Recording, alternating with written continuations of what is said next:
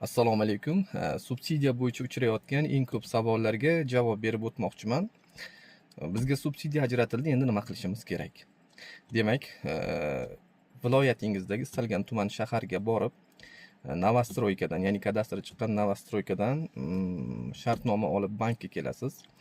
Bank sizni tekshirib, kredit ajratishni tasdiqlagandan keyin kafolat xati beradi. U kafolat xatini quruvchiga olib borasiz. Quruvchi notarial tartibda keyin uyni siz nomingizga o'tkazadi.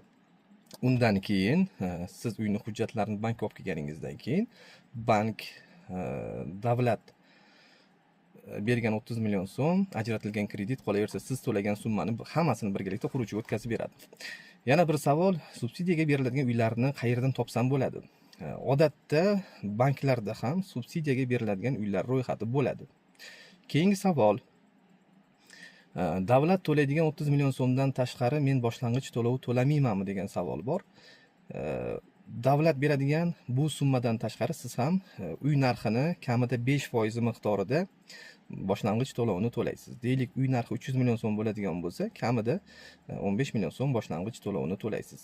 Keyingi savol, farzandim chet elda ishlaydi, uni nomidan biz topshirsak bo'ladimi degan savol.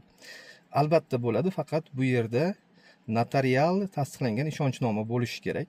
Bu ishonchnoma qanday qilinish haqida ham bizni kuzatib borsangiz, video e'lon qilib boramiz. Kommentda fikrlaringizni qoldiring, qaysi mavzular sizga qiziq.